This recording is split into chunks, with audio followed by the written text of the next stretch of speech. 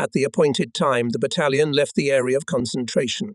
Even the July night after the exhausting stuffiness of the Teplushka did not seem as stuffy as it really was. With pleasure, I inhaled the fragrant air. A light breeze tickles my sense of smell with the odors of surrounding forests and cut hay. We walk without fear. Good thing fascist airplanes are not flying yet. In the west, bright flashes are dancing in the sky. The front is passing there. Apparently, it is still far away, because we can't hear even the bursting of artillery shells. Everyone is in high spirits. Miners are people, as I have already seen, who are not discouraged in any situation and have a great sense of humor. During 10-minute stops, they gather in groups, joking with each other without malice. Laughter can be heard in one group or the other. I envy them. I have to lead in battle people who are wise in life. Do I have the necessary knowledge and moral and combat qualities for this? In the military school, we, the cadets, constantly pointed out that loyalty to communist ideals and a high sense of duty, patriotism and internationalism should be a commander of the Red Army developed especially strongly. After all, he is endowed with the power that is given only to the military leader. Only the commander is given the right to lead people to face mortal danger in the name of victory over the enemy. So the commander is obliged to stand above his subordinates in moral terms, to be an authority, an example, a role model for them. We are constantly being told that the commander must have a special character, which is often referred to as military, and it is based primarily on a strong will, because all other qualities of a commander, discipline and self-discipline, rigorous demanding of himself and his subordinates, personal courage and bravery, are inherent only in a person of strong will. We were constantly taught that bravery and courage occupy a special place among all the qualities of a commander. To be brave means not to waver in the face of any danger a commander encounters in battle. To be courageous, we were told, means to have the ability to make courageous decisions, to take reasonable risks, to assume full responsibility for your decision, and to carry it out with iron determination. But memory resurrects the words I once heard in a lecture. The will must necessarily be spiritualized by a high noble idea. Otherwise, a strong will may be directed in the wrong direction. Every commander, and not only the novice, worried about the thought, will he be able to show all these necessary qualities of military character in the upcoming battle? Naturally, this thought worried me. I went around the resting soldiers, listening to their conversations. Unnoticed, I approached the group, where they laugh especially contagiously. So, boys? By voice I recognized Sergeant Vasil Soroshkin, inexhaustible storyteller and joker, the most cheerful and charming man in the company. It happened in the 31st. I fell in love with a girl. I loved her so much that it's impossible to describe. You have to experience it yourself. She was so fragile, so tender, that I was sometimes afraid to touch her when I met her. I look at her in silence and sigh. And Ganna, that was my mate's name, looked at me with her blue eyes and asked me with a smile, "What's the matter with you, Vasil? Aren't you sick?" And I only sighed noisily, like a drunken horse. I don't know what's happened to me. I've never been one for words, but here my tongue stuck to my palate. The storyteller was silent for a moment, sighed through and thoroughly rubbed the rest of the cigarette with his boot, and, as if remembering something very dear to his heart, continued with an affectionate smile. We saw each other every convenient minute. We couldn't live without each other. But to our misfortune, my Kohana's parents were devout people. They categorically demanded that we get married. I'm a Komsomol member. Church is off limits to me, and my Ganna was the only one of my parents. She loved and pitied them very much. She didn't want to go against their will, and to all my entreaties she sighed, "Be patient, my love, everything will work out somehow." It went on like that for almost a year. Finally, our Komsomol secretary, Oksana Sobko, found "Stand up" suddenly resounded through the column. Without having time to hear the love story of their comrade, the soldiers quickly take their places in the ranks. The column continues on its way. And so on every halt. Everywhere lively conversations and not a word about the war, as if they conspired only about relatives and friends, about home affairs. It seems that they wanted not to part with the former happy life, which was so treacherously violated by the fascists. I wanted to get away from thoughts about possible death, about those trials that await ahead. In July it dawns early. The sun disk has not yet appeared from behind the horizon, and it is already quite light around. Everyone looks at the cloudless sky with apprehension. Any minute fascist planes may appear. Judging by the time, We walked about 12 kilometers. When we stopped for another break, the commander Tankonoshenko ordered to take the company into the forest. He said that soon the cars should come up, on which we will overcome the rest of the way. Barely had we settled down in the forest, as the commander of the 2nd Platoon, Lieutenant Pavel Stepanov, ran up to me. Having corrected the belt on his truly girlish waist, he put his hand to his cap. "Comrade Commander," he whispered for some reason. Behind us in the clearing, a semi-truck with ammunition, and with it a chauffeur and a suspicious type in a commander's uniform. It is difficult to guess the rank. The buttonholes are spoiled, but, judging by the traces of arm patches, Captain, the message interested, running after Stepanov, fearing that the suspicious persons with a semi-truck will get away. However, the car was in place. The chauffeur was working on the engine, and a man in a commander's uniform was sitting on the step of the car, with his head hanging down on his chest.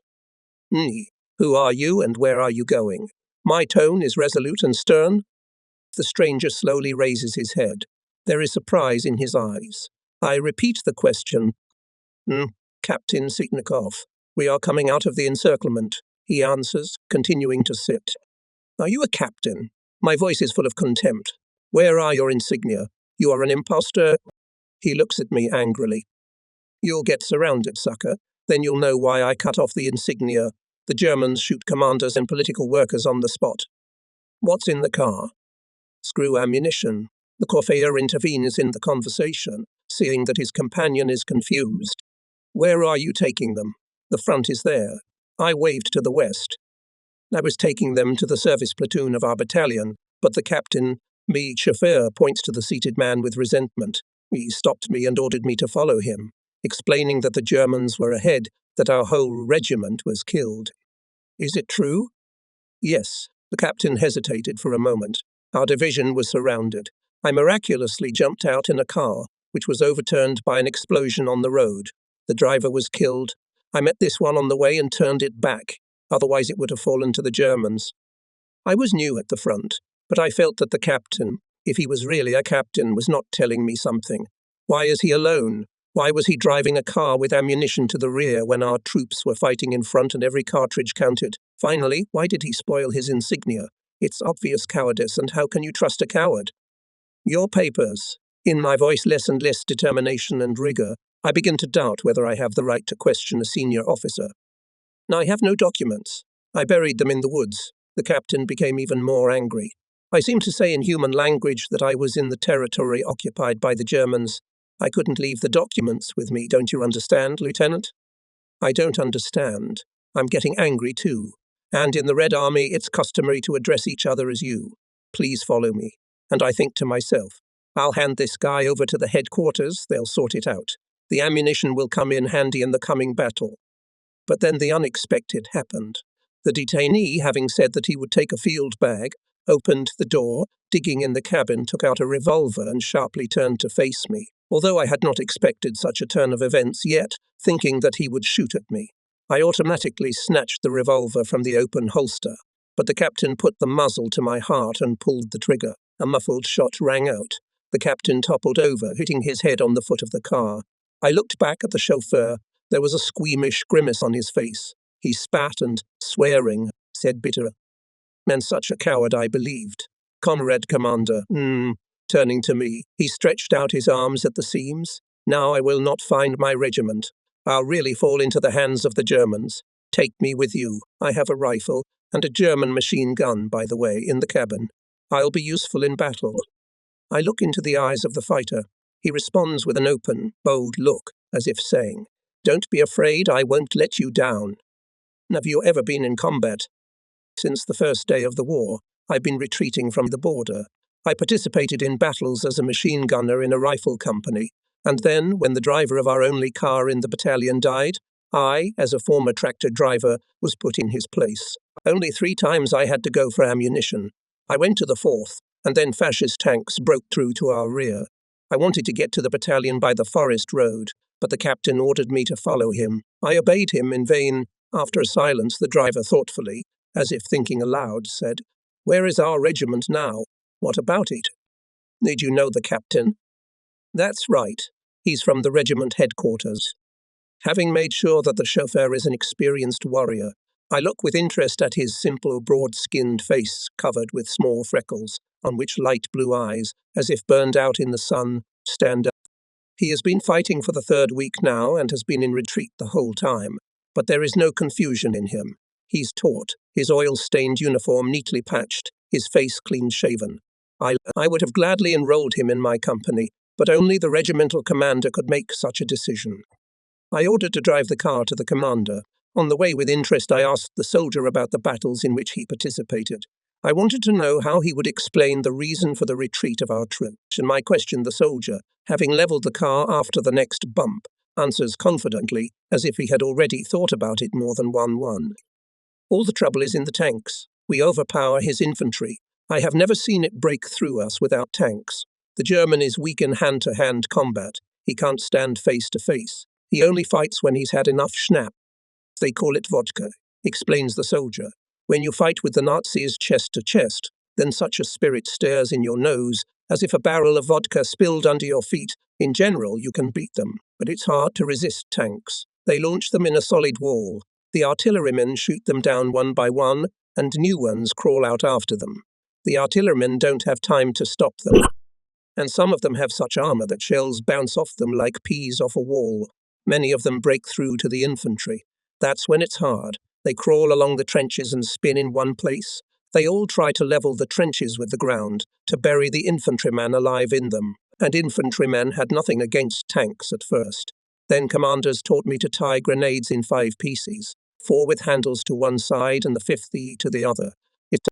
Not everyone will throw it under the tank from afar, and it is necessary to get exactly under the caterpillar. Then our battalion commander, Captain Gillen, such a fighter and a great inventor, got some aviation gasoline in warehouse, ordered to collect in the nearest village all empty bottles, fill them with gasoline. And instead of a cork in the neck, pushed a piece of soaked in gasoline. It flares up instantly even from a burning cigarette. And here you catch the moment, throw it on the enemy tank. The bottle, when hitting the armor, shatters. The gasoline spreads and instantly bursts into flames. At first we threw anywhere, but then we were taught to let the tank pass us and throw the bottle after it, on the engine part. If you hit it, the tank is dead. Our fire is inevitable. I listened to the story of a former soldier with excitement. After all, I had read about bottles of gasoline back in college. Not that in the newspaper, not that in a book on the Spanish Civil War. This is a find. Joyfully, I think. Set fire to the tank is easier than to get under the track of a heavy bundle of grenades. Combat Tonkanozhenko ordered to bury the suicide and leave the car with ammunition at the battalion. When I told the commander about the method of fighting with tanks, he looked at me in surprise. If this method was effective, it would have been stipulated by the statute, and the industry would have made us as many bottles as we needed. And with irony he added, I know an even more effect. Throw a few bottles of our 40-degree water into the hatch of the tank. The tankers will drink it and get faint. Then take them naked. In vain combat you are ironizing, intervened the deputy commander of the battalion on the political part, senior political officer Pigov, who was present at our conversation. Method, which says Altunin used the Spanish Republicans in the fight against the tanks of General Franco. I think we should consult with the regiment's Nochkim. He must know something about this business. All right, you consult, and now I have to take care of the safety of the march. Combat went somewhere in a hurry. The tragic event, an involuntary participant in which I became, imprinted in my memory. Decades have passed, and I still remember a young, full-of-strength man who died because of weakness and cowardice. A terrible, shameful death. The soul of this man died when he cowardly left his comrades. Wise people rightly say that cowards die many times, and courageous only once. Soon the automobiles came up. Having taken weapons and ammunition, the battalion continued its way to the front. Old trucks, howling with engines, slowly crept along the broken country roads, bouncing on potholes and leaving a plume of grey dust behind them. The column presented an excellent target for enemy aircraft. Only the mortal threat hanging over Vitebsky forced the commander of the 19th Army, Lieutenant General Kerniev, to move the troops even in the daytime. Not 2 hours later, as from the southwest appeared Junkers under cover of 6 Messerschmitts. The road on which our battalion was moving passed through the woods. Mixed forest then approached, then retreated from the road. The cars on which the mortars were placed were just crossing another meadow, at the end of which 500 meters darkened trees, when the command air swept through the column. The cars began to turn off the road to the right and left, trying to disperse and hide under the shadow of the forest. And when the Nazi bombers began to dive, the cars slowed down as much as possible, and the Red Army MPs fell from them, taking their rifles with them. Having run aside from the car, I sprawled on the ground. Raising my head, I watched with fear how small black dots separated from the airplanes and rushed to the ground, realizing that in a few seconds these dots will turn into gigantic columns of smoke, fire, and earth. I instinctively tried to press my body into the dry ground. A wise man said that experience is a teacher who charges a lot for lessons, but no one teaches better than him. I've never had to lie on the ground like that and watch bombs fall, and naturally, I had no experience in determining where they fell. All I could do was to wait and see if I would get away with it, and still curiosity takes over the sense of self-preservation. Again, I quickly lifted my head and saw how one of the dots covered the car. It was the last thing I could see. The ground beneath me shook. Lumps of earth fell from above and hit me painfully. Shrapnel scraped twice against my helmet. I lost track of time. It seemed like an eternity since the first explosions shook the ground. Again, I carefully lifted my head. I see the bombers, attacked by 3 skittish hawks. And to the side, 2 of our fighters are trying to delay the cover planes. Messerschmitt's 5. 7 planes spinning in a frenzied merry-go-round. Even the inexperienced eye can see that the Hawks are fighting desperately brave pilots. They manage to shoot down 2 Nazi planes. Suddenly, one of the Hawks collapses on the wing and falls down, leaving behind a thick plume of black smoke. A black dot separates from it, over which a white parachute dome flashes. One of the Nazi fighters dives at the descending pilot, but the surviving Hawk, saving his comrade, rapidly goes towards the Messerschmitt, intending to meet the enemy head-on. The airplanes are approaching on the same horizontal. It seems that the collision is imminent, but the Nazis' nerves cannot withstand. Just a few seconds before the collision, the plane with the swastika suddenly rises sharply, and at the same moment a long machine gun burst was heard. The Nazi fighter catches fire and falls down. Soon a strong explosion is heard somewhere behind the forest. The battalion pulled into the large settlement of Janovici, and, having safely passed the quiet wooden town, went further to the western Divina. Suddenly the column stopped. A liaison from the battalion commander came running and gave the order. Dismount and take cover in the nearest ravine. While the company occupies its allotted area, I climb the hill and look carefully in the direction where the sky is illuminated by the glow of fires, and from where comes the deafening rumble of artillery cannonade. There, according to my assumptions, is Vitebsk. Apparently, the city was in the center of the battle that had broken out. Why have we stopped? Why aren't we rushing to the aid of the fighting men? What task do we have to fulfill? These and other questions crowded into my mind. I sent a petty officer with 5 men to get food. The men are hungry. They haven't had a dewdrop in their mouths all day. What did they bring? I asked when Okremenko returned. Chilkento, carefully lowering the sack to the ground, waved his hand sadly. We'll have to eat bread alone, comrade commander. The food hasn't arrived yet. He unties the sack and, sticking his hand into it, whistles in surprise. Well, comrade commander, this is not bread. Flies eat it. It's some kind of corpse. Having illuminated the contents of the sack with a flashlight, I realized what had happened. Apparently, the soldiers of the home platoon were sitting on the sacks, and the bread, which had managed to stale, had turned into crumbs. What shall we do, comrade commander? Okremenko scratches the back of his head in confusion. Here are the things, flies eat them. The sight of breadcrumbs reminded me of how in the hungry years my father sometimes made his own brew for dinner. For this he crumbled bread, cut an onion, salted it, and, adding a spoonful of sunflower oil, poured it all with well water and ate it with great appetite. But we can't even make bruja. We have neither salt nor onions, only bread crumbs and water from the nearest stream. The petty officer's puzzled face suddenly lit up with the smile of a discoverer. It must have been the expression on Archimedes' face when he discovered his law, which is now known to every schoolchild. Okremenko hastily took out a kettle from his duffel bag and, having filled it to the top, handed it to Sergeant Sirosht. That's how we'll divide this amazing bread, a full kettle each. Okremenko spread his lush mustache with satisfaction. See, the bread distributed in this way was instantly eaten and washed down with raw water. It was forbidden to light fires. At the beginning of the night, Captain Tonkonoshenko reported that the situation has sharply escalated.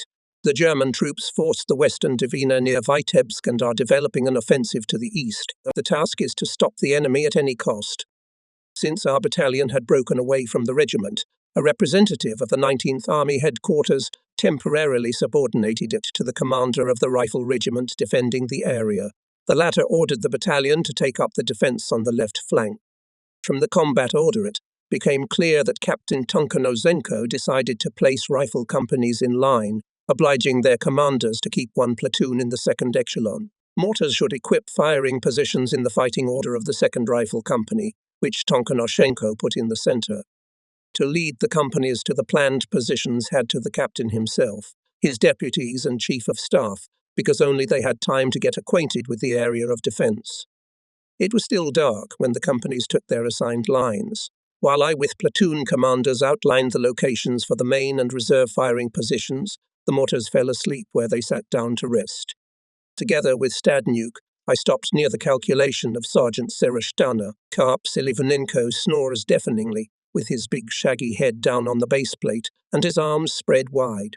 The 32-year-old gunner Pavel Steklov, a swarthy-faced, black-haired, curly-haired Pasha the Gypsy, as they call him in the company, is sleeping quietly, leaning against the mortar barrel. The commander of the calculation himself, deep in thought, sits on a knoll, resting his chin on the palm of his hand. Coming closer, I make sure that Siroshtan is also asleep. Stadnyuk hesitantly asks, "Maybe we should let him sleep for 2 or 3 hours? What if the Germans show up?" Overcoming the feeling of pity, I order platoon commanders immediately begin to equip positions and prepare a scheme of fire. The soldier's dream is surprising. Just now we heard a friendly snore before a soft "get up," and everyone is already on their feet. To mean commanders set tasks for the calculations. Slowly I walk among the workers. I stop, look around carefully. The round disk of the moon on one side has already darkened noticeably, and the silvery light faintly illuminates the terrain. On the right, the forest covers the village, through which our column has recently passed. Behind the forest guesses a large lake. Ahead, in a lowland overgrown with bushes, a winding rivulet flowing into the lake glistens. Behind the river floodplain on the hills stretch the buildings of a large village. A grove darkens behind its northern outskirts on the right bank of the rivulet, where our battalion is deployed now. Right behind the meadow, there begins a huge field sown with something that looks like oats. I am pleased with the positions of the mortar company, successfully chosen by the commander. They are hidden from the enemy by a shrubby hill adjacent to the southern woods, but from the hill we can see the terrain on both sides of the river. While my platoon commanders and I were checking the firing positions and thinking over the scheme of fire, the rays of the rising sun highlighted the outline of the village, field, meadow, groves, and woods. The water surface of the lake turned blue. A light morning breeze rippled the yellow-tinted field. A light haze rose above the rivulet. Familiarizing myself with the positions of the infantry, which we will have to support by fire, I begin with the closest to a second rifle company, in the fighting order of which we are located. Noticing a group of working Red Army soldiers ahead, I go there. Approaching, I make sure that they are digging trenches. A youthless lieutenant like me shows an elderly soldier how to dig a trench for shooting standing up. For some reason, the fighter's trench turned out rectangular. The lieutenant, tracing the trench in the shape of a round well, angrily says, "You, Comrade Pafiliev, not digging a grave for yourself, but a rifle cell. We must do as the regulations require. Do you understand?" he asks, returning the shovel to the Red Army man. "I understand, Comrade Lieutenant." The soldier answers embarrassedly and begins to dig vigorously. "What stubborn people!" The lieutenant is indignant. After all, I showed them what a rifle cell should be like, but they still dig in their own way. And that's it. Lieutenant Nikolaev, commander of the 3rd Platoon. Lieutenant Altunen. "Ah, a mortar man, so we'll hold the defense together." The lieutenant wrinkles his high forehead. "Just don't shoot at your own. And you do not miss the enemy infantry, or we will have no time to support you with fire." I answer. "Be calm." Nikolaev's face becomes stern. "No fascist, as long as we are alive, will not slip to you. But if the tanks come, I can't guarantee it. All hope for the artillerymen." He pointed at the battalion cannon crews that were entrenched in front. "I have 2 or 3 anti-personnel grenades for each soldier. I have nothing to fight with tanks. Nikolaev sighs heavily. That won't do, Lieutenant. I don't agree. Artillerymen are artillerymen, but you prepare a bunch of grenades. Such a bundle, if it gets under the caterpillar, will break it. That's right. Nikolaev is pushing a wrinkled cap over his forehead. Only grenades are needed against infantry. You can fight off the infantry with machine guns and rifles. At worst, you can fight hand-to-hand, but you can't fight tanks hand-to-hand. If they start shelling you, you'll leave your platoon in the dust. All right, we'll use 15 grenades for bundles. Hand them to the most desperate. I advise. We'll have to throw them 10 meters away from the tank. Walking along the positions of the platoon, I was surprised to see that Perfaliv was not the only one digging a grave. The others were preparing the same rectangles. When I asked a tall, shoulder-bearing soldier why he was digging a cell not according to the regulations, he was obviously surprised at my lack of understanding. You're convenient, Comrade Lieutenant. You shoot, repel the enemy, and then you can lie down without leaving your place, take a nap for an hour. Both there are dugouts for rest. When they will build them, the soldier hopelessly waves his hand. I leave Nikolaev's platoon with a sense of anxiety. To fight with tanks, we are poorly prepared. Neither infantrymen nor mortars do not have the means to do so. All hopes that the tanks will be stopped by artillery and anti-tank mines, which will put sappers in front of the front edge of the defense. I began to recall how we were trained to fight tanks. I remembered only shoot at the mechanic driver's observation slot. The commander of the rifle company, Levushkin, met at the front edge of the defense, where he checked the firing positions of machine gunners. Senior Lieutenant Levushkin was known in the regiment as a sniper, shooting perfectly from all types of small arms. An excellent methodologist, Levushkin prepared his company well in a short time. At the test firing, it took first place in the regiment in all exercises. We had to meet often at the battalion commander. I hurried to ask the senior lieutenant about the weapons and people of his company. Levushkin has a look of annoyance on his snub-nosed, bony face. I am delaying him, but he patiently answers the questions, looks at the inexperienced lieutenant with undisguised condescension. That's what I was in reality, and therefore studies the mortar fire scheme I prepared with special meticulousness. For the same reason, apparently, he was not surprised by my question, what he thought to do if Nazi tanks appeared at the company's positions. This is the business of the artillerymen and sappers, the senior lieutenant explained instructively. You and ours is to deal with the infantry, and if the tanks do break through, we'll take cover in the trenches, let them pass through, and cut off and destroy the infantry. So let them squeeze me. I'm trying to smile. The senior lieutenant shrugs his shoulders. What to do? So you also have to hide mortars and let the tanks to the massacre of the artillerymen. I tell Levushkin how Lieutenant Nikolaev's platoon is preparing to meet the tanks. Well, AUA. After thinking, agrees Levushkin, I or order, perhaps in all platoons, to prepare bundles of grenades. That day I thought for the first time, is not the reason for the success of the fascist troops, that the main striking force of them are tanks and assault guns. When tanks are used en masse, it is difficult for artillerymen sappers to cope with them. Some part of the tanks will inevitably break into the fighting order of infantry, so we will have to, as in the Civil War, to prepare a bulky bundle. I remember in the movie We Are From Kronstadt, the defenders of Petrograd stopped a White Guard tank just like that. I went to share my doubts with the commander. On the way, having heard me, Captain Tonkonoshenko impatiently waves his hand. We have on the front line only at direct aiming 4 guns, and the divisional artillery, and bundles of grenades bottles with gasoline. This is bushcraft. After moving away for 10 steps, the commander suddenly stops and shouts, "All right, I'll order that in each company were bundles." I asked for a box of grenades for the mortarmen. I made a bundle and, having outlined a small circle with a sapper shovel 10 meters away from the shooting cell, I throw. The bundle falls 2 meters from the boundary of the circle. Only after several throws I finally managed to hit the target accurately. Did you see that? I asked surrounded me commanders. 3 bundles to have in each platoon and 2 people to continuously train in the accuracy of throwing. Realizing that a breakthrough of tanks to the firing positions is not excluded, the platoon quickly dismantled grenades and immediately get down to business. The reserve firing positions were already camouflaged. It remained to finish the slots for people when in the cloudless sky appeared frame.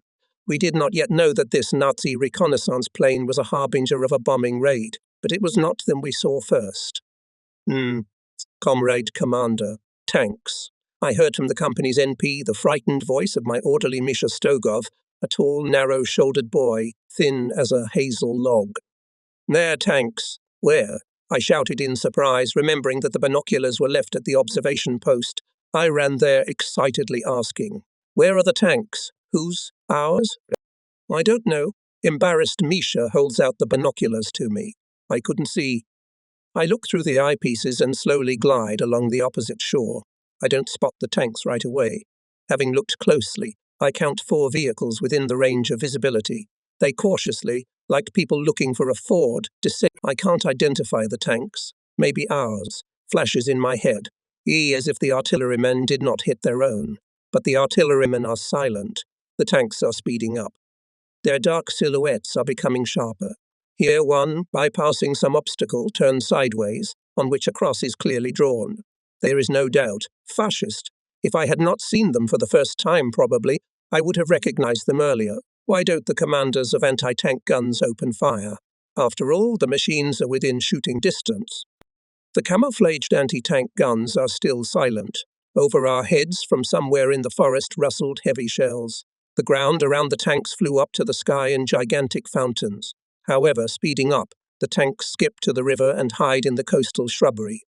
For about an hour, the enemy vehicles are there, artillery gradually increasing fire, methodically combing the coastal thickets. One of the heavy shells hits the tark. Thick black smoke rises above the shrubbery. Soon 3 vehicles crawl out of there and rush back to the forest at top speed. Someone noisily jumped into the trench. I look back and see a small Red Army soldier with a coil of telephone cable behind his back. After catching his breath, he reports in a hoarse, barely audible voice. "Comrade Lieutenant, Red Army man Susik has arrived by order of the battalion commander to establish telephone communication with you." Come on, my friend, establish it. I was happy and thought, at least through the commander there will be a connection with the commanders of rifle companies.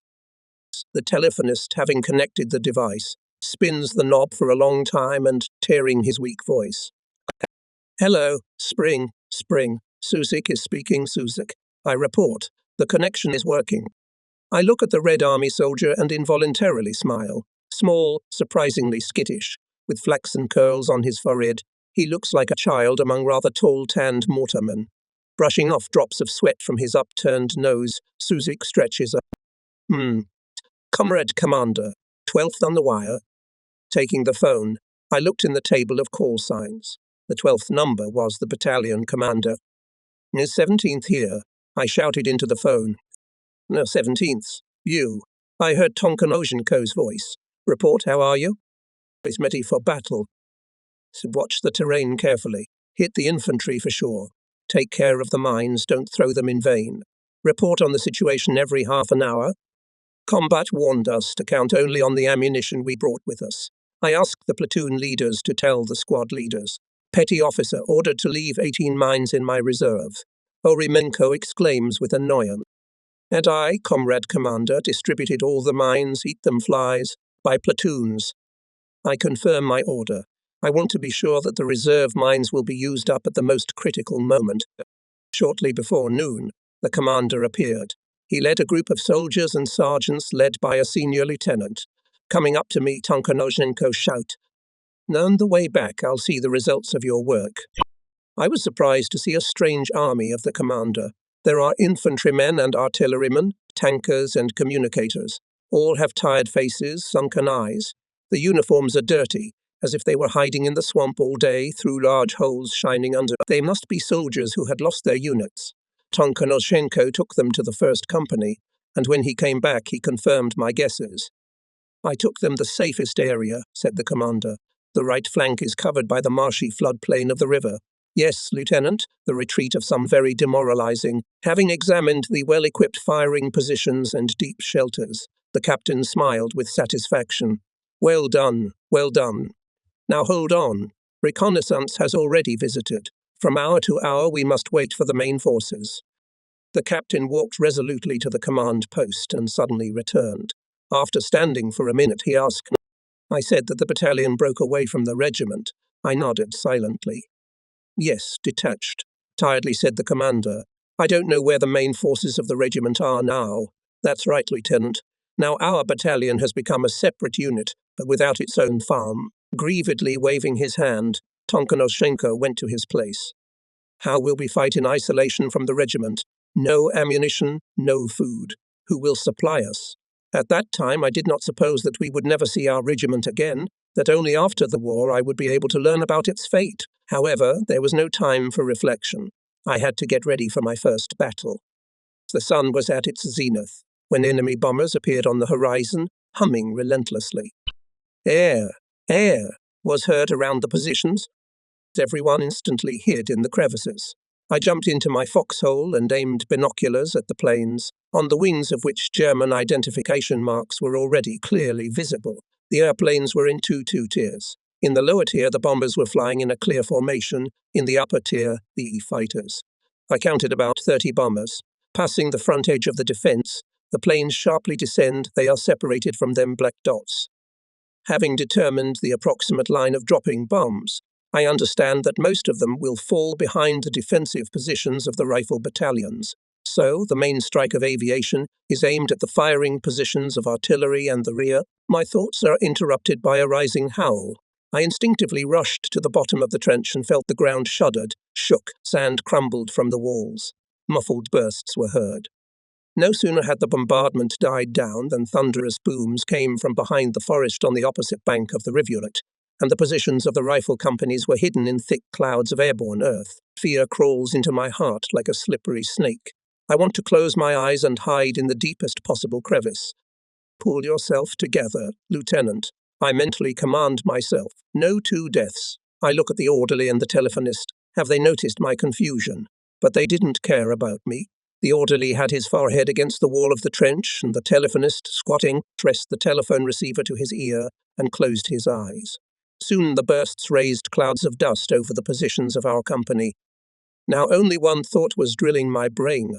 Will the mortars survive in this hell? Forgetting the fear chilling my heart, I resolutely rise. Suddenly the trench seemed to jump, and something fell on me. I felt that I could not move. With difficulty, I freed my hands, and with a desperate effort, I climbed out of the collapse. I looked back and found my orderly on my left, trying to pull his legs out of the crumbling earth, and on my right, above the heap of earth, I saw the head of the telephonist, like a poppy head on a thin stalk. No torso, no arms. The eyes, rounded with horror, stare at me point blank. Susik, are you alive? I shout, frantically raking the ground with my hands. The telephonist does not answer, not a spark of life in his frozen gaze. Horimenko, I call. Petrenko, come here. The petty officer, seeing Susik's head sticking out, gasped in amazement and rushed back. A minute later he came with a sapper's shovel and began frantically digging up the telephonist. The orderly, who came running after the petty officer, hastily opened his medical bag and took out a vial of smelling salts and put it to Susik's nose. Suddenly he sneezed thinly and pitifully. Alive, Penko rejoiced.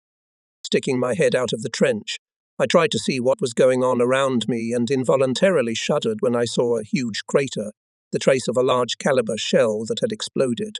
5 meters closer, and only a mound of earth would remind me of my observation post. The enemy's artillery was firing lightly. Looking back, I see how Comus Susik, who is holding the telephone receiver with a dead grip, is being extracted from the debris and put on a spread-out overcoat. Susik. Petrenko calls, trying to get the telephonist out of shock and unclench his cramped hand.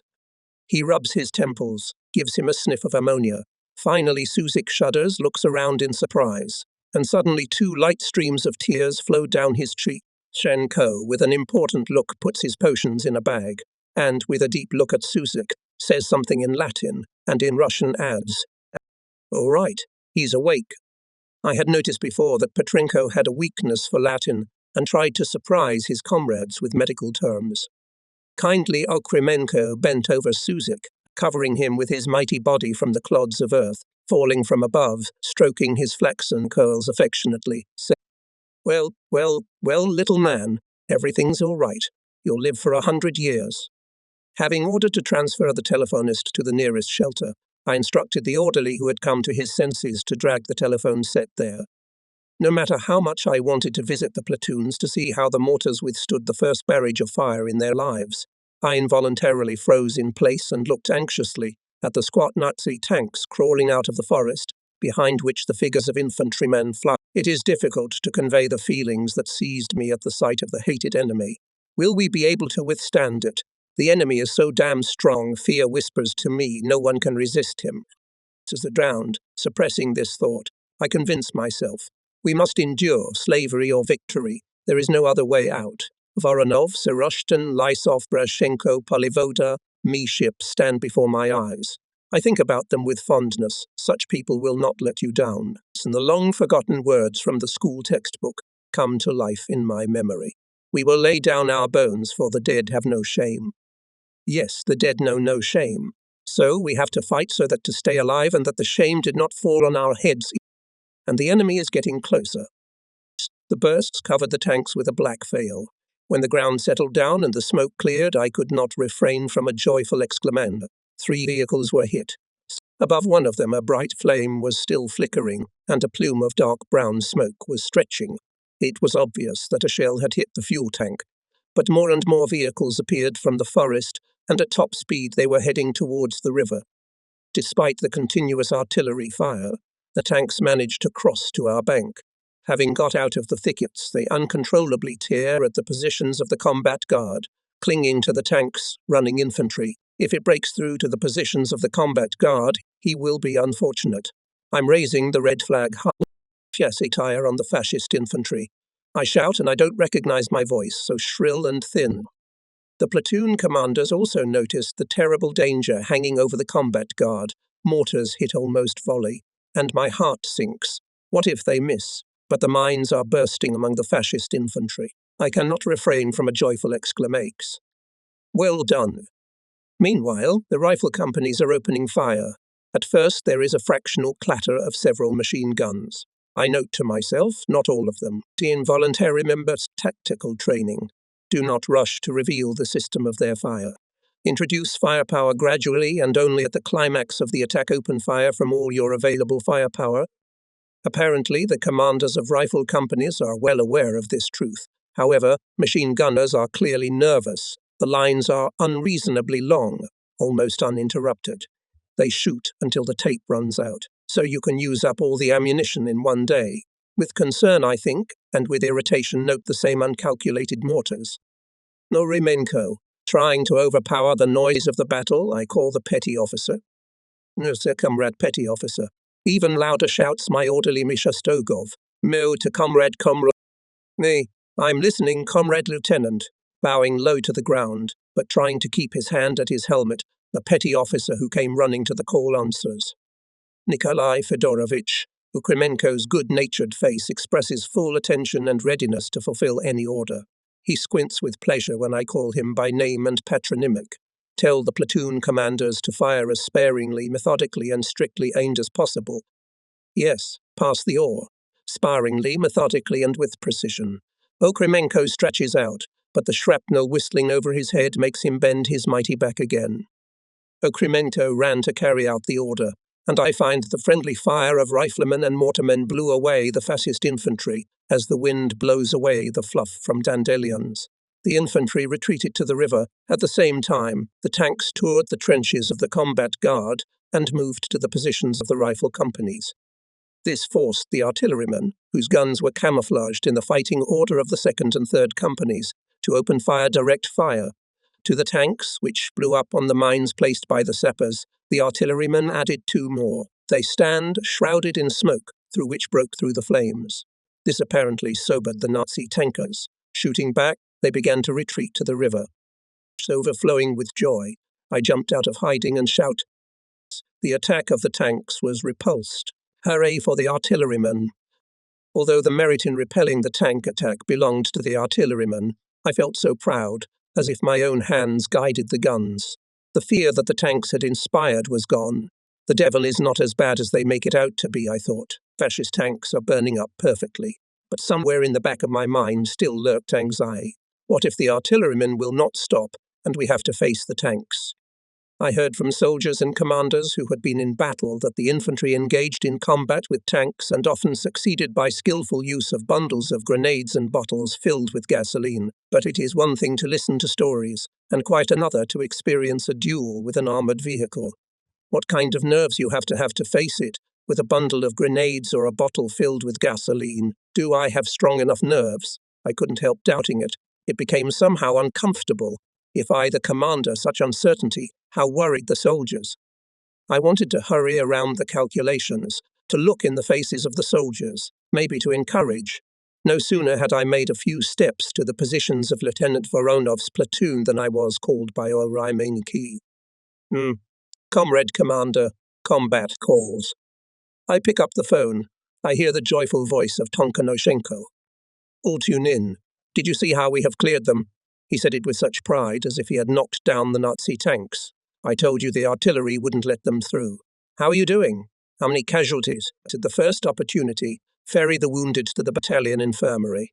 As soon as the fascist infantry attacks again, hit them with full force. Got it? Bye. Handing the phone to Okremenko, I jump out of the trench and run to the first platoon. I jump into cover and find only the loader Afanasy Sidorenko, a silent and slow man. He is lying with his wounded leg up and moaning quietly. The sight of the dead and wounded is still unfamiliar to me. My heart clenches painfully. Be patient, my friend, I say, Sidorenko. As soon as there will be a lull, we'll take you to the battalion infirmary. I found the whole first platoon at the mortars. The squads were tidying up the firing position. Some were installing mortars overturned by the blast wave.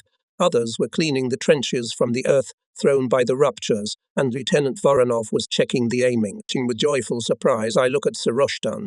I was told that he was wounded, that a piece of shrapnel had hit him in the head. Sergeant Soroshtan, take cover. I sternly order, seeing the bandage white from under his helmet. Wounded men don't belong here. Running up to me, Soroshtan lifts his helmet and, pointing to his left ear, Comrade Company Commander, I only lost half of my ear. My eyes see, my arms and legs are working. We'll fight again. And, not holding back a smile, adds, I must pay the Germans for my ear. Pleased with the cheerful look of the sergeant, I shake his hand with feeling. Bypassing the firing positions and making sure that the mortars are in full combat readiness, with close attention to follow the development of events. A new barrage of artillery fire forced me to dive into the trench. At least 2 artillery batteries were firing at the company's positions. However, the soldiers and commanders in the deep crevices felt calm. They were now convinced that their labour was not wasted. It is a pity only. There was not enough time to strengthen the walls of the trenches with fascines, so they crumbled every now and then. I was called to the phone again by the commander of 18th. Do you see the infantry? I see. I confirmed, looking out of the trench, hiding behind the tanks. Just to cut off the infantry. Don't let it break through to the front line. At this time, the tanks are zigzagging so that the artillerymen can't take aim. And yet 2 cars caught fire. When there were no more than 100 meters left to the firing trenches, the tanks increased their speed and stretched out in 2 columns. They decided to skip the minefield along the old tracks.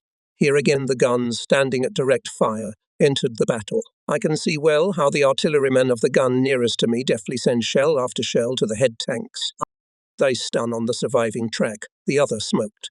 The following ones try to go around them on the right and left and hit mines. The rest skip the minefield and move to the positions of the rifle companies. Following them runs infantry. The decisive moment has come. If the Nazi infantry manages to break through to our trenches at the same time as the tanks, the soldiers, driven by the tanks in the gaps, will die. This thought involuntarily throws me out of the trench, and I, afraid that in such noise the commanders will not hear my order, run without noticing the bursting of shells and mines, without hearing the whistling of shrapnel and stray bullets. At the firing positions of Lieutenant Voronov, I desperately shout, heavy fire on the infantry, no mines to spare. Before I reached Lieutenant Stepanov's platoon, I suddenly flew to the ground from a sharp push in the back. A hot blast wave passed over me. A splinter rattled on my helmet. Clods of dry earth hit my palms, which were spread on the ground. Someone slid off my back, and I, half deafened, heard a voice coming from afar. I'm sorry, comrade, that I pushed so hard. Surprised, I looked back and saw heavy-breathing Misha Stogov wiping away rivulets of sweat with his dusty sleeve, which made his face look like that of a tattooed native, embarrassedly looking at me. I am sorry, I didn't mean to. If not Stogov, I would have been riddled with shrapnel, I thought, feeling unexpected tenderness for his quiet and modest resident. Are you not wounded, Misha? I asked worriedly, not taking my eyes off his shredded uniform. No, Comrade Komroti, I don't think so, hesitantly answers Stogov. Having made sure that the orderly got away with small scratches, I sigh with relief and run over to the trenches of the second platoon. The mortars send mine after mine at the fascist infantry. They fly out of the barrels continuously and burst in the thick of the attacking infantry, remembering the test firing before being sent to the front. I began to fear that one of the mines, not having time to fly out of the barrel, would collide with another, and Noders, be careful. The mortars continue to fire at the same rate. The enemy infantry is stopped. The accurate fire of mortars and machine guns forced it to lie down. Now it was necessary to sweep by meter the frontier, behind which the fascists, not to let them entrench. The battalion mortars are joined by regimental mortars. The fascists cannot withstand the intense fire. Watching the battlefield, Lieutenant Stepanov joyfully shouts, "The fascists are draping. Drapa ute." The lieutenant is right. The fascist infantry is rapidly rolling back. But it's too early to rejoice. Even without binoculars, I can see how the broken tanks are irrigating our trenches, methodically, from end to end, like tractors on ploughing. Suddenly the tanks, leaving the trenches, moved on the battalion guns, persistently sending shell after shell. On the gun nearest to me, 3 tanks were coming, turning in a fan. At times the gun was covered with a shroud of smoke and soot, but I could see the artillerymen's dexterity. There were only 2 of them left, but they managed to set fire to one tank and opened fire on the second.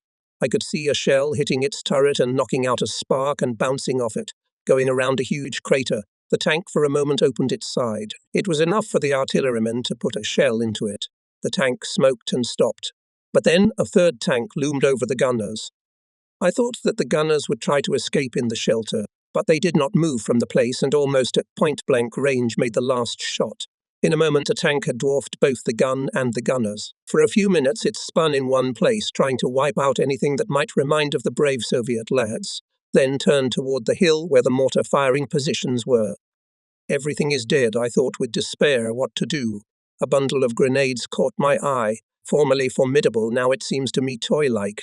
How can I fight an armored monster with such a light weapon? In words it is easy, but in reality it is not easy to run up and throw this bundle under the track. My arms felt weak for some reason, and my legs felt like absorbent cotton. Don't hesitate. Lieutenant, the company is on the brink of death. I ordered myself, grabbed grenades and ducking, running to a deep crater in the path of the tank. The ground under my feet boiled. A large caliber machine gun was beating, and I instinctively fell down. A new line whistled over my head. I crawled 5 meters away and rushed forward again, and again the machine gun line somehow miraculously missed me. Falling down, out of the corner of my eye I catch 3 figures crawling towards the tank from the firing position of the 1st platoon. Apparently, the thought of grenades did not come to me alone. It's the tankers whose attention is distracted by my defections do not notice the daredevils. Taking cover in a funnel, I carefully watch the development of events, and mortars with the same intensity continue to fire on the infantry. The tank is already about 15 meters from the funnel where the soldiers are hiding. Here flies the first bunch of grenades. In front of the tank soared flame. The machine swerved to the left, and the second bunch of grenades flew after it. A new explosion shook the ground, but it did not stop the tank. Suddenly the tankers, as if frightened that in the numerous craters lurks a new danger, backed away, turned the car, and crawled back. I looked after the fleeing tank and thought with annoyance, it is not so easy to get a bundle under the track. Having carefully examined the battlefield, I make sure that the fascist infantry this time failed to break into the location of our battalion, and the surviving fascist tank is leaving, breaking through the fighting order of the 1st Rifle Company. And at that moment, something incredible happened. On the left flank of the 1st Company heard indiscriminate rifle fire, desperate cries, and people ran to the rear from the front edge. Directly under machine gun fire, which opened the Nazi tankers. Some fell at once, as if tripping over an invisible obstacle. Others continued to run, apparently not realizing that they were running towards death. I look on in despair and do not understand what is happening. Then some unknown force picks me up. I rush to them, shouting at the top of my voice, "Get down! Get down!" The panic-stricken people don't hear. Only 4 Red Army soldiers reached the hill, behind which were the positions of mortars. Having shot 3 times in the air with my revolver, I forced them to hide in the shell crater. Jumping in after them, I found 3 of them unarmed. Only the 4th clutched his rifle tightly in his hands. Closely pressed against each other, they look at me with sightless eyes, and, like fish thrown on the shore, with wide-open mouths grabbing the hot air, with noise and wheezing exhale it. For the first time seeing such a panic manifestation of fear, I look at them with surprise and pity. It becomes uncomfortable to think, could it happen to me too?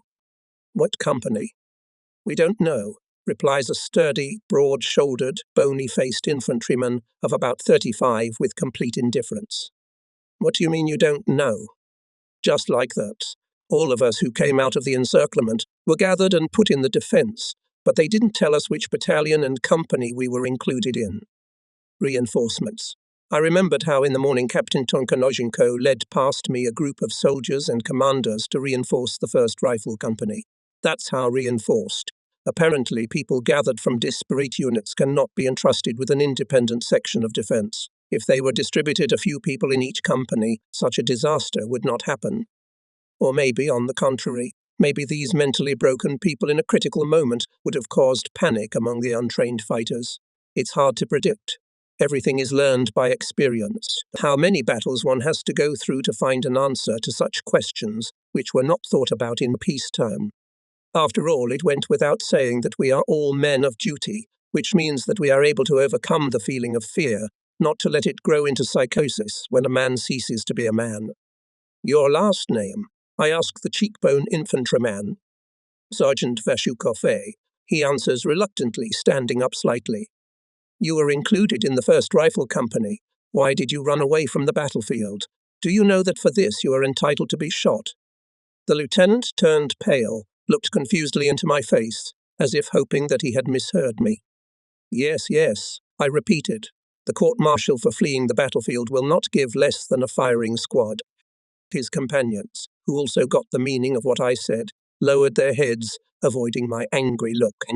The tanks appeared in our rear, tries to justify his flight. Someone shouted, "Save yourself," and ran, followed by another, and me. First of all, not tanks, but 1 tank. More than 10 of them broke through, but only 1 survived. If everyone had fought as you did, the tanks would have destroyed the battalion.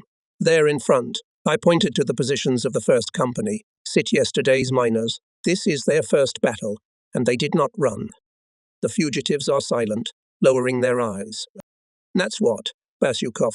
Decisively, I say to the sergeant, go back and report to the commander of the 1st Company about what happened. Maybe he will give you an opportunity to redeem yourself in battle. The faces of the fugitives revived, and hope flashed in their eyes. Thank you, Comrade Lieutenant. Vasyukov looked at his companions. This will not happen again.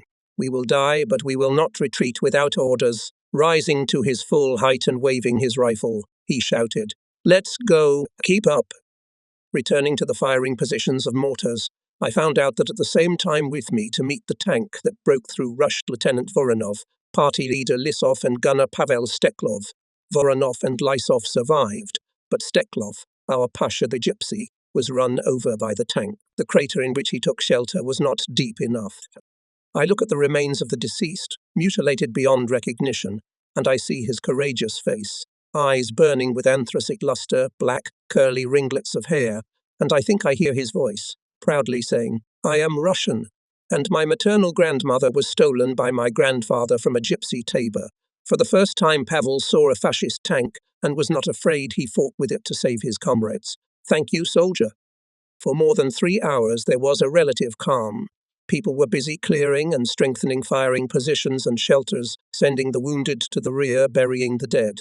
To our great joy, Oremenko brought 20 boxes of mines. The company was ready for new battles. And at 6 o'clock in the evening, the fascists again went on the attack. This time tanks followed the infantry, supporting it with fire. Suddenly came the rumble of airplane engines. From behind us, 3 Red Star bombers jumped out of the woods. Soon thick clouds of dust and smoke rose on the meadow where the tanks were crawling. The planes repeated the blow, and the Nazi tankers turned to flight, and the infantry, deprived of support, left. However, at the junction of the 1st and 2nd Rifle Companies, broke through a large group of fascists. They attacked Lieutenant Nikolaev's platoon, defending in the 2nd echelon. Surrounded fighters put up a desperate resistance, and this saved the mortars. My first thought was to immediately organize a circular defense. What about Nikolaev's platoon? Let them die in front of my eyes? No, after such a disgrace cannot. Gathering about 36 soldiers and commanders, all except the gunners and loaders, who continued to fire, and Suzik, who kept in touch with Captain Tonko-Noshenko, I rushed to the rescue. Nearby, I see a puny figure of Stadnyuk, who appeared from somewhere. I try to persuade him to return to the mortars who remained at the firing position, but the junior political officer strongly protests, declares that his place is where most of the men of the company are, and, snatching a revolver, he runs for some time, not a step behind me. He is overtaken and overshadowed by the men, and I lose sight of him. Our appearance from behind a shrubby hill was unexpected. I can already distinguish the faces of the fascists who were between the mortars and Lieutenant Nikolaev's men. Without stopping, I threw a grenade under the feet of the nearest group of soldiers and rushed into hand-to-hand combat. That's when the training received at the bayonet classes at the school came in handy.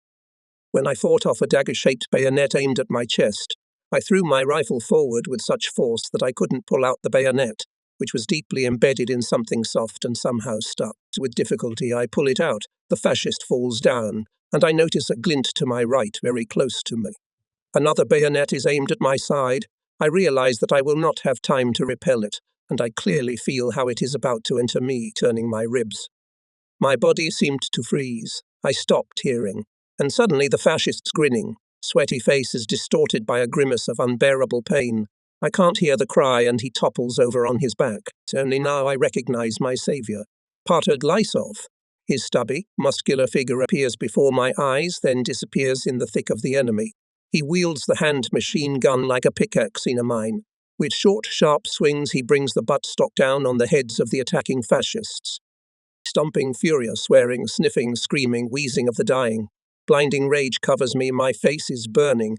Involuntarily the words come out. Gads, gads! The desperate jerk, I hardly hurry to help Lysov. At the last moment I manage to take away the enemy bayonet from him. It turns out that the Partag is wounded but does not leave the battle. Writhing in pain, he furiously waves the butt of the machine gun. On the left, clinging closely to me, clumsily rushes my lanky, orderly Misha Stogov. Each lunge with a rifle he accompanies with such a tearful grunt, as if he were splitting oak logs with a cleaver. From behind the back of the nasal German, an officer sticks out. A shiny face, moustache a la Hitler. He fires a pistol. He must have wounded Lysov. Well, hold on, you viper! Throwing the rifle in my left hand, I snatch the revolver and, almost without aiming, pull the trigger twice. The bullets did not pass me by. The first to fall was the soldier who was covering the officer, and the mustache was hidden behind him. Saving ammunition, I continue to wield the bayonet. The faces of the enemies, disfigured by the beastly grin of their teeth, flashed before my eyes. The faces of my comrades in arms were almost unrecognizable, and for the first time I thought that several such hand-to-hand fights can cripple a person's psyche. War is an accumulation of horrors, but hand-to-hand combat, when people mad with rage often literally bite each other in the throat, is its most terrible generation. 'Tis a pain from the sliding blow of the buttstock on my left shoulder enraged me. I dashed forward with one desire, to lay down more fascists until an enemy bullet or bayonet would not get. On the left, wielding a rifle, something fiercely shouts Lieutenant Pozdy-Naishev. In the heat of the battle, his helmet was knocked off. A trickle of blood runs down his face. The lieutenant staggers from weakness, but encouraging himself with a hoarse voice, with difficulty repulses the advancing fascists. Realizing that Pozdynaishev is in mortal danger, I try to make my way to him. At the last moment, I notice how Sergeant Vostrikov and Fighter Supranenko, saving their commander, take the blow on themselves. At some distance from me, fighting mortars led by Lieutenant Voronov. I remember, in the first days of my stay in the regiment, Voronov impressed me with a brilliant technique of bayonet combat. but in this deadly battle he surpassed himself. The soldiers instinctively huddle close to him. In the center of his group I notice Stadnyuk, who, having apparently shot all his cartridges, waves his revolver over his head like a cavalryman with a saber. His ringing, appealing voice reaches me. "Ruby Kale, beat the bastards. They'll kill the poor fellow." Flashes an alarming thought at the sight of the unarmed junior political officer, but with joy I notice that the soldiers are clearly trying to push back Stadnyuk. Do not let him break forward. The unequal battle continues. German artillery and mortars are trying to build a thicket of bursting shells and mines around the place of the melee. Apparently, they do not want to miss reinforcements from our side. Streaking through to Poznyshev's group, only now I fully realize how much the enemy outnumbered us. But there's no turning back. With a desperate dash, we managed to join the group of Lieutenant Poznychev, who, bleeding, lying on the ground, covered by Sergeant Vostrikov and soldiers, fiercely fighting off the advancing fascists. We are no longer able to move forward a step, and 100 meters away from us, the surviving Red Army soldiers, led by Lieutenant Nikolaev, are fighting from the last forces. With every minute, the situation of our groups becomes more and more difficult. There is only one thing left: to sell our lives more dearly. Suddenly, I notice how a white-haired fascist, who had just fiercely wielded a buttstock, stops, then pivots, and, turning abruptly, runs away. Behind him, one or the other is running away. It turned out that a group of fighters with rifles were rushing from the heights to help us. A long hooray broke through the noise of the battle. Having picked up the battle cry, mortars fiercely threw themselves on the trembling enemy, as if it was not them a minute ago desperately fought off the advancing grey-green uniforms. Pursuing the fascists, I encountered an unfamiliar major and our commander. They brought reinforcements, all those who could be gathered without the risk of weakening the shooting positions. Help came at a critical moment. Suddenly retreating Germans stopped, began to thrash. It is the commander of the 2nd Rifle Company, Levushkin, who did not open machine gun fire on the rolling back towards his company grey-green mass, for fear of hitting their own. With a group of soldiers cut the path of the enemy. The mousetrap slammed shut. Trying to come to the aid of his group, which was threatened with destruction, the enemy makes a new attack. And again our pilots come to the rescue and drive away the tanks, and the battalion with dense machine gun and mortar fire repels the infantry. Finally, the infantry broke through is finished. And just then I found out that there was no junior political officer among us. The whole company rushed to look for him. In a quarter of an hour, Misha Stogov, out of breath, comes running and informs that Stadnyuk was found under the corpse of a fascist. The soldiers carefully carry Stadnyuk and Poznygayev. Poznygayev is dead. Ivan Afanasyevich has no wounds on his body. A nursing instructor is tending to him. Here Stadnyuk opened his eyes and stared at us incomprehensibly, then tried to get up. Having finally come to his senses, the political officer told us that a German of enormous stature had rushed at him, probably the one under which Stadnyuk was found. The Nazi's head was crushed. This saved the junior political officer from death, who, in the hustle and bustle of hand-to-hand combat, took death away from our Ivan Afanasyevich. It was difficult to establish, but thanks to him the junior political officer got away with only a slight contusion. I ordered the commander of the 1st platoon, Lieutenant Sergei Voronov, to pick up the wounded and return to the firing positions. But what a sight I found them in. Everything around is ploughed over, overturned, mangled, as if a giant plough had gone through. I linger near a mortar, which is something fantastic. Yeah, no amount of repairs will fix it. In general, 2 barrels are out of service. At the observation point, to my sincere joy, I see Susek, who, judging by his businesslike appearance, has completely recovered from his misfortune. Seeing me, he jumps up, stretches out, not letting go of the telephone receiver, and stares at me with his childishly clear eyes. "Well, Homer," I ask with concern, "alive and well?" "Yes, Comrade Lieutenant, everything's all right." Susek has an embarrassed smile on his face. A minute later, he asks me to the phone. Tonkonozhenko's voice still sounds cheerful. It seems that he is satisfied with the results of the baptism of fire. The battalion successfully repulsed all attacks, although the first battle was more difficult than thought. We lost a lot of soldiers and commanders, but the fascists paid for it dearly. In short, our commander had reason to be proud of his battalion. 17th. He shouts into the phone. "In an hour I expect you with a report on the state of the farm." When the platoon commanders reported the losses, I felt uneasy. The company was reduced by 17 men, not counting the wounded who wished to stay in the line. The harsh reality gave cruel lessons, and one of the first we for victory has to pay a heavy price. A bitter thought flashed. If it goes on like this, there will be no one left of the company. Is all to blame for my inexperience. A feeling of deep anxiety overwhelms me. Wanting to cheer people up, I went through the platoons. It turned out, however, that it was not me who cheered up the mortars, but they cheered me up. No sign of despondency. The brutal repulse which was given to the fascists made even the wounded forget about their wounds. They, together with the healthy ones, were tearing around the firing position, putting it in order, and only at moments when it seemed to them that no one could see them, they relaxed and a grimace of pain distorted their faces. I inquired about Lysov's well-being. His wound was also, fortunately, light. The bullet had only grazed his arm. All the wounded who remained in the ranks sent to the battalion infirmary. It was hot, and even a trifling wound could cause blood poisoning.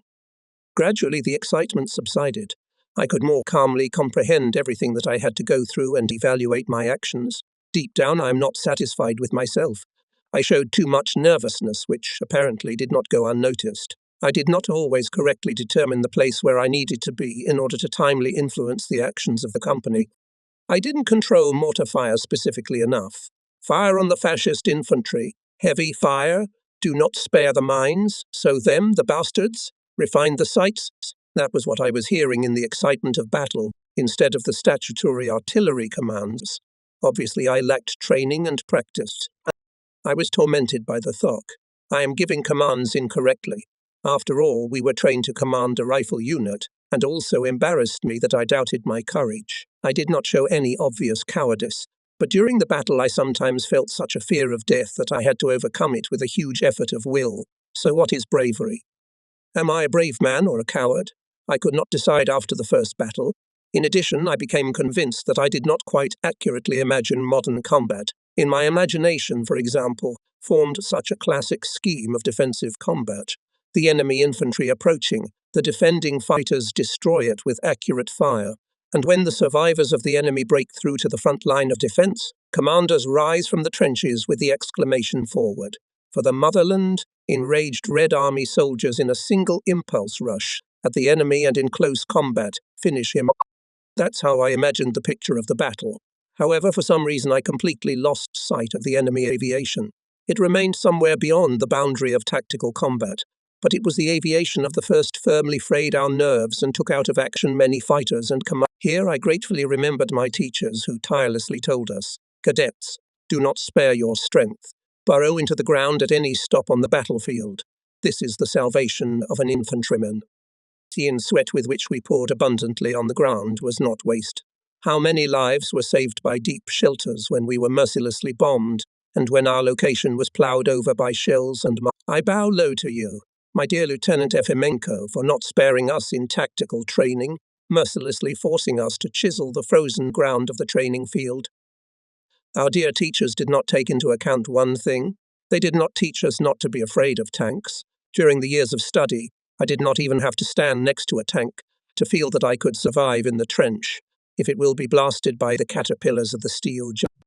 And now we have to engage in a duel with fascist tanks, as with prehistoric giants, to which you do not know how to approach. I remember that we were told that the fight with tanks will be conducted by aviation, artillery, and engineers, and infantrymen should be prepared for a fight with enemy infantry. But the Nazis make the main bet on tanks. Tank rollers, they clear the way for their infantry.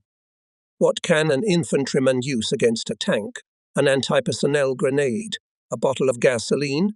Of course, it's an unequal fight. To my shame, I would rather go into battle against a dozen infantrymen than face one-on-one with a tank. That day I realized what tank phobia is. Will I be able to overcome it? This thought did not get... It got dark. It became cooler and quieter. Having moved a little away from my observation point, I lowered myself on the grass. My uniform smells of sweat, dust, and smoke. I can't stop thinking about my dead comrades, with whom I've already managed to become. My heart unaccustomedly pinches. My shoulders ache slightly. So ended the first day at the front. Late in the evening at the command post of the battalion gathered unit commanders and their deputies on political part. Did not appear commanders of 2 rifle companies. Killed Levushkin. The commanders of both platoons of anti-tank guns were killed. Combatant Konozhenko, listening carefully to our reports, sighed heavily. He did not expect that the victory came at such a high price. The companies lost killed and wounded almost a third of their staff, missing a fourth of the machine guns and two mortar. 2 anti-tank guns out of 4 were also put out of action. The figures of spent ammunition were also quite upsetting. After a rather long reflection, Captain Konozhenko raised his head and, looking closely at all those gathered, said in a voice saddled with grief and fatigue, before dawn to replenish ammunition. Ammunition mines, grenades and shells in 2 or 3 hours promised to be delivered to the battalion ammunition station from the neighbouring regiment. Send for they'll feed the men. There's lunch in the camp kitchens. It'll be delivered directly to the companies. Find a sheltered place for the kitchens and send soldiers to them by squad. Bury all the dead by morning according to military custom. With honor, the wounded are to be sent for treatment through the battalion infirmary. Finish within 3 hours. So Deputy Commander on Political Part Senior Political Officer Pigov drew our attention to the fact that for a lot of things we did not forget about the living people, about the fighters with whom it is necessary to talk, to tell them about the results of the first day of fighting, that they withstood the baptism of fire with honor, that now they were convinced that the Nazis can be beaten. Admittedly, at that moment I was pleased with myself. After all, I had already accomplished everything that Pigov was talking about. The night passed relatively quietly. The enemy only occasionally shelled the roads. We were preparing for new battles. Stadnyuk, who categorically refused to go to the infirmary, rested under the supervision of Petrenko in the shelter. Only in the morning I managed to doze off, and what I had experienced during the day was repeated in my dream. Somewhere running, making desperate lunges with a rifle, clearing the way in a solid mass of soldiers in grey-green uniforms. But the more I kill them, the more of them get in my way. They come in a solid wall, like rats in a natural disaster. A wall of dagger-shaped bayonets inexorably coming at me, and I, wishing to draw the soldiers behind me, rush at them with a desperate cry of horror. But there is no voice. Only a muffled croak escapes my throat. Suddenly terrible explosions scattered the enemies, bristling with bayonets, and my comrades, and I myself fly into some abyss. Not thyself thing, comrade commander. I hear Misha Stogov's voice, and waking up, I realize that I'm lying prostrate on the ground, and next to me is a frightened orderly who has covered his head with his hands. Shells are bursting. The ground shudders under us. Something painfully hits my back. Did the Nazis decide to attack at night? Flashed in my head. Heavily, I rise to my feet and, having corrected my helmet, try to see what is happening at the front line. Through the pre-dawn grey haze, I see that there, where the 2nd Rifle Company is located, something incomprehensible is going on. Over the trenches, soldiers are flashing at full height, and, it seems, in German uniforms. I greedily put my eyes on the binoculars, and everything became clear at once. The Nazis broke into the company's positions. Feeling that the artillery fire on the location of my company weakened, I give the command, "Matter to arms. We will hit our own." Suddenly I see the fascists fleeing from our positions. Now we can hit them with mortars. I give the command to open fire. Through the smoke of explosions I notice that the fleeing figures disappeared, so they lay down. We couldn't do more. Heavy artillery fire forced the mortars to hide in the shelters. I asked Lieutenant Stepanov to get to the observation post of the commander of the 2nd Rifle Company and find out what happened to them. An hour later, Stepanov returned safely. It turns out that at dawn the Germans undertook a reconnaissance search and captured our soldiers. Having told about what happened, Stepanov looks at me strangely, as if he wants to add something and does not dare. I in turn look at him questioningly. The comrade thinks. The lieutenant stops talking. Drops of sweat glisten on his button nose. Well, what does comrade think? I impatiently ask, surprised by the embarrassment of the commander. He believes that the soldiers died under our mortar fire along with the fascists who captured them. Stepanov sadly waved his hand. As if a needle has entered my heart. Should not have opened fire, but who thought that this would happen? Admittedly, I had no idea that among the fleeing fascists are our fighters. When I put myself in the place of the fighters who fell into the clutches of the enemy, I thought, it is better to die in battle than to be in fascist captivity. Frankly speaking, until the end of the war, fascist captivity was more frightening to me than death.